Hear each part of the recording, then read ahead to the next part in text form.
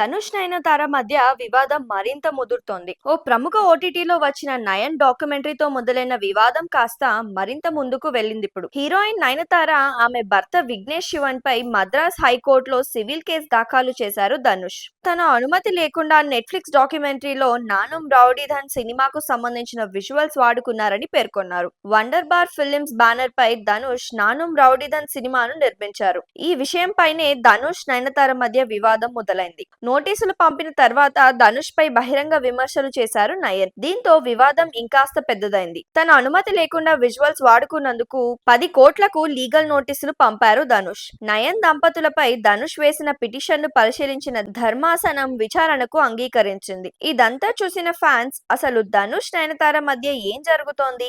ఈ ఇద్దరి మధ్య ఎక్కడ చెడింది? అసలెందుకు ధనుష్ పై నయనతార అన్ని ఎలిగేషన్స్ చేస్తున్నారు? కేవలం డాక్యుమెంటరీనే ఈ ఇద్దరి మధ్య మనస్పర్ధలకు కారణమా, లేదంటే ఇంకా లోలోపల గొడవలేమైనా ఉన్నాయా అంటూ అర్థాలు తీస్తున్నారు. అన్నిటికీ మించి మొన్న ధనుష్ పై నయనతార రిలీజ్ చేసిన లెటర్ సంచలనంగా మారింది.